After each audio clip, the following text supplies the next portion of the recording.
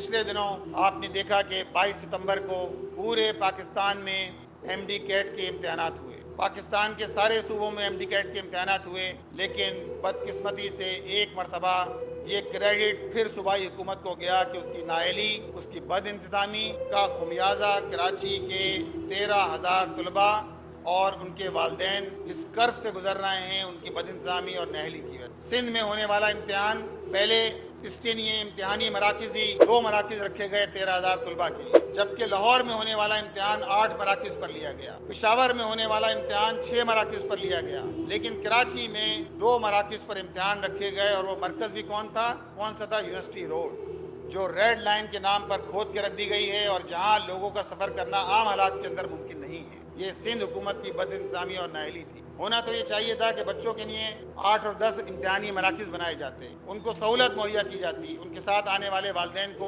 सहूलत मुहैया की जाती। लेकिन जो तुर्रा इम्तियाज़ सिंध हुकूमत का है, जिस तरह सिंध हुकूमत बिहेव करती है, जिस तरह इन्होंने तालीमी नस्ल कुशी का सिलसिला जारी रखा हुआ है, उसका मज़हर ये एमडी कैट का टेस्ट है। और एमडी कैट का टेस्ट हो जाने के बाद फिर वही कंप्लेंट्स हैं, वही मसाइल, पेपर लीक होने का सिलसिला।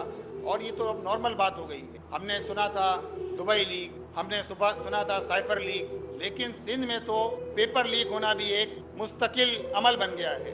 गुज़श्ता साल JSMU के तहत पेपर लिया गया, पेपर लीक हो गया। दोबारा डॉ यूनिवर्सिटी ऑफ हेल्थ साइंसेज के तहत पेपर लिया गया। इस मरतबा फिर यही हुआ कि डॉ यूनिवर्सिटी के तहत पेपर लिया गया और पेपर लीक हो गया। और इसमें अहम बात ये कि FIA क्राइम सर्किल ने इसकी इन्वेस्टिगेशन की और इन्वेस्टिगेशन के नतीजे में ये बात साबित हो गई कि पेपर लीक हो गया है। कोर्ट ने डिसीजन लिया कि 4 हफ्तों के अंदर अंदर दोबारा MD कैट का पेपर लेना है।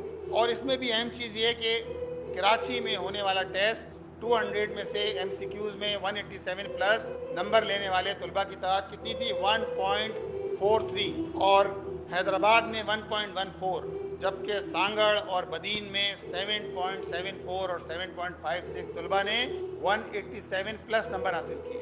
अब ये कैसे मुमकिन है? जो मारूजी हालात हैं इसके अंदर पॉसिबल नहीं है, ये मुमकिन नहीं है। और ये रिपोर्ट अदालत में जमा कराई गई है। अब इस पूरे अमल से तलबा जिस कर्ब से गुजर रहे हैं, जिस आजमाइश से गुजर रहे हैं, उनके वालिदैन जिस आजमाइश से गुजर रहे हैं, और नज़र नहीं आ रही सूरत हाल कि आइंदा भी सूरत हाल के अंदर बेहतरी हो।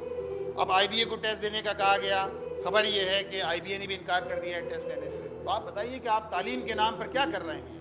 आपने पहले ही तालीम का बेड़ा गर्क कर दिया है। तालीमी नस्ल कुशी आप कर रहे हैं। पूरे सूबे के तलबा के साथ आप ये सलूक कर रहे हैं, और बिलखुसूस कराची के तलबा के साथ। हम इस पूरे अमल की शदीद मजम्मत भी करते हैं और हुकूमत से, BMDC से इस बात का मुतालबा करते हैं कि इस टेस्ट को शफाफ बनाने की हद्दुल इम्कान कोशिश की जाए। इम्तिहानी मराकज़ के अंदर इजाफा किया जाए। अब एक डिसीजन कोर्ट से आ गया है, आप इम्तिहानी मराकज़ में इजाफा कीजिए, ट्रांसपेरेंसी कायम करने की कोशिश कीजिए, ताकि कराची के तलबा इस आजमाइश से, इस अजियत से इनको छुटकारा मिल सके।